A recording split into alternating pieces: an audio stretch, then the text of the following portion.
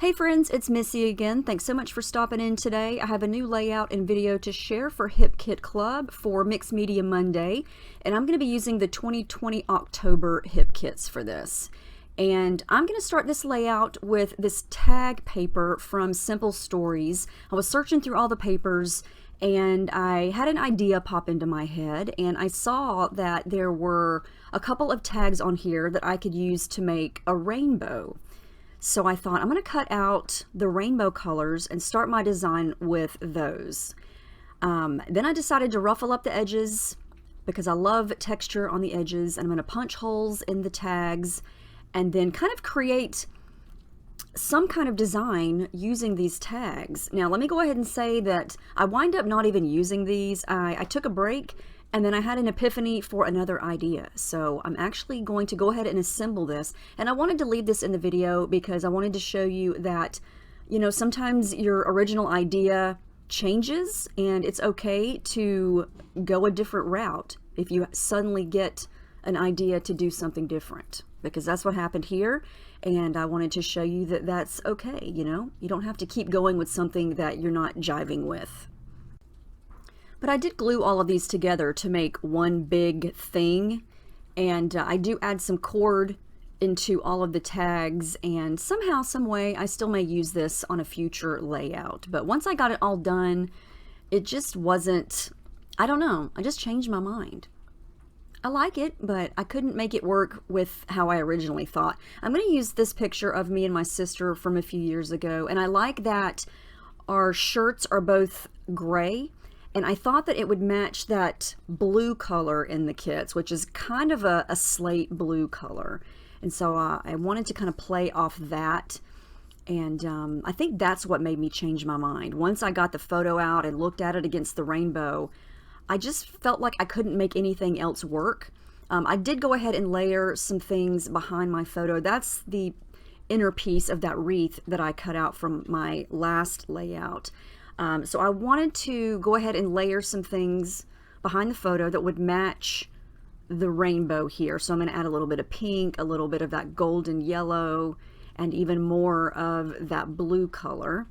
And I just want these colors to kind of be peeking around the edges of the photo there, just to give it a little bit of color and a little bit of separation from the background. And I love using some of the Pocket Life cards to add layers behind things. Sometimes if I don't particularly think I'll use those on a layout, I'll use them as layers, and because they always match the papers and they're perfect for that. So I pulled out this paper from Simple Stories that matches the tag with the blue and the dots, and added that as well, so you have a little bit of that blue peeking around the top and a little bit on the left side there. So this is where I took a break. I came back and I decided that I wanted to use this polka dot paper as a background. Totally different than my original plan, but I just set the rainbow tags aside and thought, you know what, I'm going to try something different. And this layout is going to just get a little bit crazy, so here we go. Yep, I'm going to add lots of mixed media to this pattern paper. And this is an example of how I prep pattern paper with gesso. I use white gesso on pattern paper like this, and I'm not trying to completely cover up the polka dots. I am trying to fade some of it out and give myself some white space. I want this to look weathered and not just flat blue and white dots, and the white gesso is necessary for that because the clear gesso is going to dry clear. So this is why I use white gesso on pattern paper, and I'm going to do it a lot all over this whole background to kind of give me some white space, to add some color to it, and then just to kind of add this hazy, cloudy look. And you're still going to be able to see the polka dots, but they're just going to be faded out in some areas. And I'm using my fingers, I'm using my silicone brush there that I got on Amazon, and you can kind of see the finished look there. So I decided that I was going to use some flowers, so I went through that pack of flowers that we get from Jen Hadfield, Pebbles, and just start to play around with some things. I felt like I might want to add some gold, so I pulled out some of the gold die cuts, and I am going to trim off the white border. This one printed crooked, and it's got like a really thick white border on one side and then hardly anything on the other. So I'm going to go ahead and trim off the border because a lot of these flowers have really thick white borders, and it was just really distracting to me when I saw the flower on the background. So by trimming that off, it takes that whole thing away. All right, so I'm going to do a little bit of mixing and matching here. I'm going to use all Lindy's products here. I pulled out a light pink spray that we got a long time ago, and I'm almost out of it. It's called Cotton Candy Pink. And then I'm going to mix in the one of the magicals that we get this month. It's the yellow one. It's called Marigold Yellow Orange. And I'm trying to create kind of a corally, pinkish, orangey color, kind of like the color in that flower, that deeper coral color.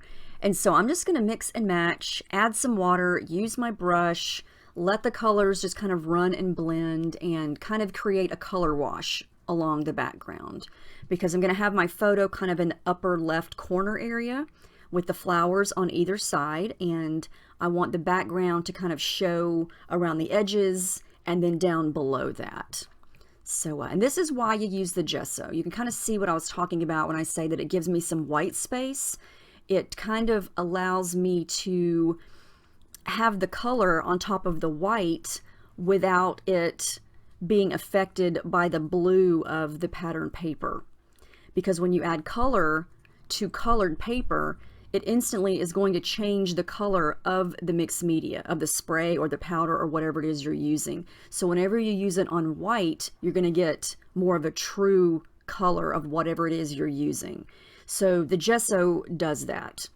And it's going to look a little bit different because you can still see some of the blue of the paper, and that's okay, because I wanted this color to be very soft and kind of faded looking, kind of like the background. So I'm not looking for a very dark or bold color here.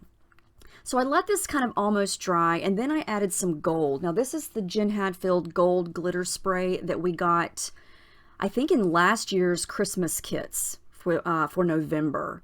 And it is basically the same thing as the Heidi Swapp Gold Color Shine. It is so shiny and shimmery, and when you add it to the Lindy's, which is also shiny and shimmery, you're going to get some blinding light shimmer here when this is dry. So I'm going to show you what it looks like when it's all dry. It's really pretty, and I wanted this to look shimmery. I wanted it to look like this light pinky coral with hints of gold shimmer in it, because there are some golden elements that are going to go on this layout. And when I was making this, I was liking it, but I remember thinking, does this look tacky on this background? Does this pink look okay with this blue? I don't know. But I'm going to keep going and see if I can make it all coordinate and work together. So I knew that I wanted to use these two gold scalloped border stickers from Pebbles, but I wanted to be able to move them around. So I stuck them to some white cardstock, and I also wanted a tiny white border around the edges to make them stand out a little bit more. So that's another reason why I put them on the white first. Sometimes I want the white border cut off, and sometimes I want it on there. It just depends on where it's going, it depends on what color it is, and it depends on if it's going to either make it stand out or make it blend in, and whether or not I want it to stand out or blend in. I just take it die cut by die cut or sticker by sticker and see how it looks, you know, on each thing that I'm doing. It just depends. I don't know. So I'm going to start to kind of work on the layering again. I added some adhesive foam behind my picture there to pop it up, and the background is almost dry. You can see it's already reflecting off my lights there, so it is ultra shimmery. I'm going to add, oh, I guess it must be dry. If I'm adding thread, it's just really shiny. I was thinking it was still wet, but no, it's dry. If I'm adding thread, it's dry. I'm adding some yellow because I thought I've got a yellow flower on the left and a yellow flower on the right. I need to bring some yellow to the bottom. So I'm going to add some yellow thread there because I don't think I have any more yellow flowers. So I thought that I would layer those two scalloped border pieces kind of underneath the photo, kind of give it a little tabletop to sit the photo on, and then kind of work on embellishing from there down below. I found this Pocket Life card that is yellow. I'm going to add a little sliver of that at the top to bring some yellow up there. And when I started making this, I really hadn't even thought of adding yellow. I was just thinking along the lines of the blue and the corals and the gold. But when I realized that those floral die cuts had yellow in there, that it was just a perfect color to add in, so I went with it. So I'm going to go through the Simple Stories sticker book here and pick out some more yellow things. I realized that there were a lot of little tiny yellow flowers that would be perfect for this, as well as some orange ones, and then a couple of word stickers that would match. And I'm going to wind up sticking them all to some white cardstock and then cutting them out so I can move them around like little die cuts instead of stickers. I found this little label sticker that says "Love This," and I'm going to add that to the top after I glue down that yellow strip and stick that right up at the top. It was the perfect orange color that matched. And then, like I said, I'm going to take all of these little stickers and put them on a literal scrap of white cardstock and then cut them out. And I do want a tiny white border going around the edges, so I'm going to make sure that I get that on there. And the reason I'm doing that is because my background is pattern paper and it's kind of busy with all of those dots, and I feel like when I start to add things on top of it, they tend to get lost. So I want to make sure that they are able to stand out. And sometimes that's a tricky part of using a pattern paper background, is making sure your embellishments don't get lost in the busyness of the pattern. And that's where the gesso comes in. That's why I like to fade things out. So I did glue down, look how shimmery that is. Look at that. Oh my goodness, it's very bright. I was showing you that I did some stitching with some dark blue thread along those little scalloped borders there. And I did add them crooked on purpose because my photo is kind of tilted. I didn't want everything to be perfectly straight because it's just a lot easier to make things crooked, you know, just intentionally make it crooked, and then you won't have to worry about it looking crooked when you meant to make it straight. Did that even make any sense? Probably not, but it made sense to me. I'm going to continue to add blue. This is another color that I hadn't intended on adding, but I originally had wanted yellow thread down underneath the picture. But then I thought, wait a minute, let's try a darker blue color and see how that looks. And I absolutely love that I did that. I feel like it really sets, it's that one color that I feel like this needed. It needs the dark blue. And on this sticker sheet from Jen Hadfield Pebbles, it had some of these little small dark blue stickers or flowers, and that was exactly the color that it needed. So in a sense, I'm almost still doing a rainbow color scheme, because I've got basically your pink, red, orange, yellow, green, and blue. It's just in a totally different way than I had originally intended, but I feel like the blue just kind of brings it all together. Even though the background is blue, this is a little bit of a darker blue. And I really do like when that happens. I hadn't even planned on using blue flowers, but I just thought, what the heck, let's try this, and voila, it was the one more color that I feel like this needed. So a pleasant little accidental surprise there. I'm going to go ahead and add in all those little teeny tiny flowers that I cut out from the sticker book. They're mostly yellow and with a few orange. And then the yellow thread that I had originally put underneath the photo, I'm going to tuck it in over here on the right. So it's going to be just a subtle little pop of color, a little bit of texture over there, kind of peeking out from underneath those leaves. And I'm using the Scotch Tacky glue in my bottle there. I get that question all the time. Favorite glue ever. So here's where I decided to get a little crazy. I wanted to continue on with the dark blue color. So what am I going to do? I'm going to rip the bottom of this layout. I decided I didn't want the entire background to be solid pattern paper. So I just ripped it and tore it. I'm going to distress the bottom of it here and then attach it to this dark blue pattern paper. It looks black, but it's dark blue, and I'm going to jazz it up. It's not going to just remain completely flat. You know, I can't leave something flat. I have to kind of, dare I say, mess it up, distress it. How's that? That sounds better. So I'm going to glue the top part of this layout onto this cardstock. And this cardstock is in the cardstock kit. So if you got the cardstock kit, then you have it. And I'm going to do what I love to do, which is smudge gesso. And again, I just want this to look a little bit hazy and weathered. I'm going to start with my finger. And the thing about using white gesso on dark cardstock like this is you got to move fast, because it is going to dry, and it is going to dry in the exact way that it hits the paper. So when I put my finger down and start to smudge, it's dries super fast. You can almost see the smudge marks. So what I do is I pull out my little, what is that thing called? My silicone brush, and I start to scrape instead of use my finger. And I feel like I can really scrape hard with this, and it gives me a different look than using my finger, because I still want this to be dark, but I just want it to look kind of like it matches the pattern paper. It just looks a little bit weathered. And I wanted to use this sticker that I also put on white cardstock and cut out that says "So Much Happy," and that was on one of the Pebbles sticker sheets, because it's that navy blue color that matches perfectly. And I was trying to think of, how am I going to do my title? Do I want to use one of those gold thickers for my title, or what? You know, I wasn't quite sure. Did I want to put the title right underneath those scallops, or did I want to put the title on the cardstock part? So I did a little bit of playing around. I picked this one that said "Family Time." Tried to play around with that, and I do like the gold. Thought that I wanted the title closer to the photo. But this family, I couldn't figure out where to put time. I didn't want it to be a long title, and I felt like time, it was just too long. I don't know, looking at it now, it looks okay, but I thought about maybe moving time underneath the word family, but I couldn't make it nestle in there just like so.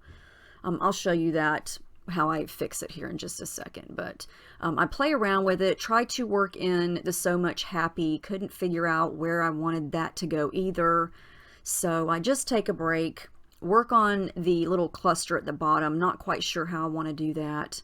But I decided to take off the word time and just go with family. So I've got family, and then "So Much Happy" underneath it, a little yellow heart to the left, and then a sticker that says, I think it says "thankful" or "grateful" underneath there. I'm using my gesso bottle to flatten out a sticker on my photo there. So that's why that's sitting on top of my sister's face for the time being.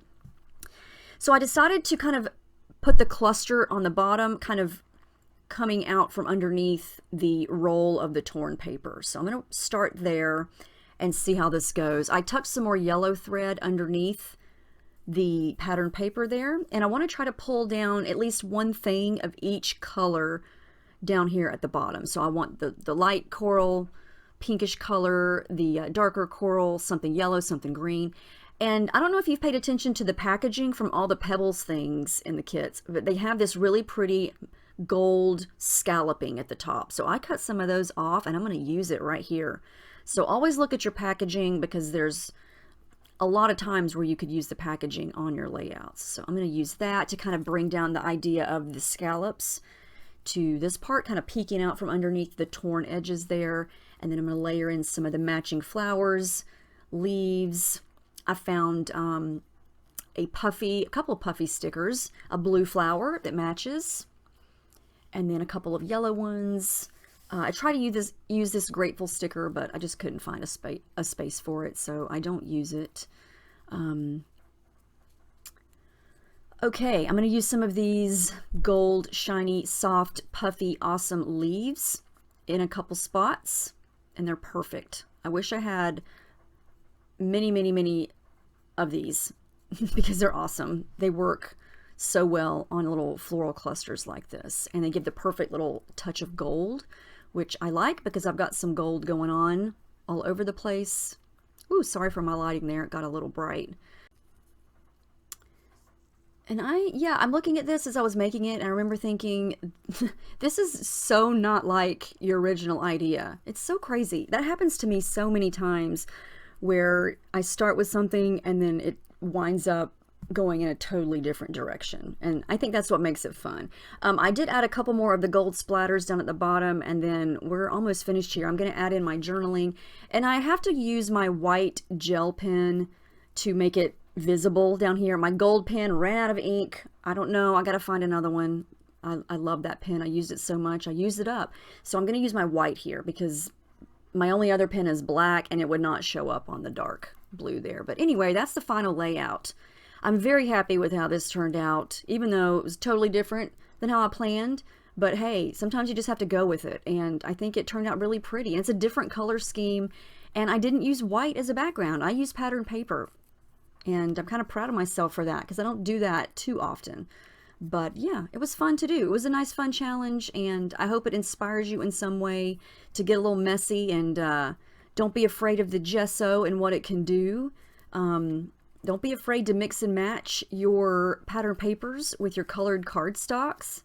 Yeah, just take everything out of your kits and look at it closely. Look at things in a different way, and you know, feel free to mix and match and cut things up if you see that you have a different idea of how it looks as is. You know, don't be afraid to change it up or mix and match or whatever you want. So I hope you guys have a great week. Thank you so much for watching, and I will see you next time.